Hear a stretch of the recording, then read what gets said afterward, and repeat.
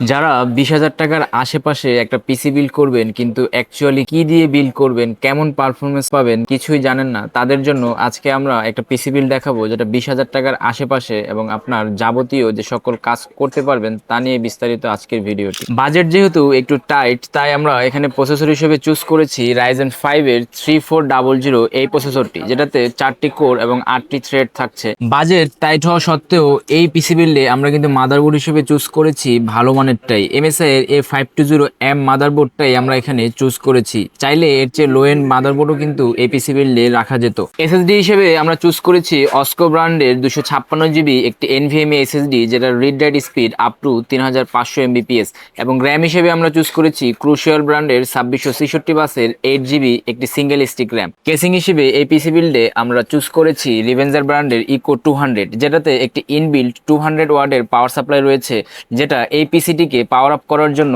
More than enough.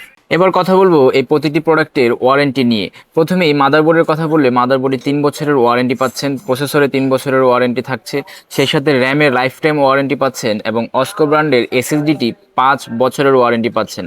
এবং এই পিসি বিল্ডে কেসিংয়ের ভিতরে যে ইনবিল্ট পাওয়ার সাপ্লাইটি রয়েছে সেটারও 2 ইয়ার্সের ওয়ারেন্টি রয়েছে। সবশেষ কথা বলবো এই পিসি দিয়ে আপনি কি কি কাজ করতে পারবেন। আপনার regular day to day office work, student study, সেই সাথে টুকটাক গেম যেমন ফ্রি ফায়ার, পাবজি এ ধরনের গেম ইজিলি খেলতে পারবেন আশা করছি।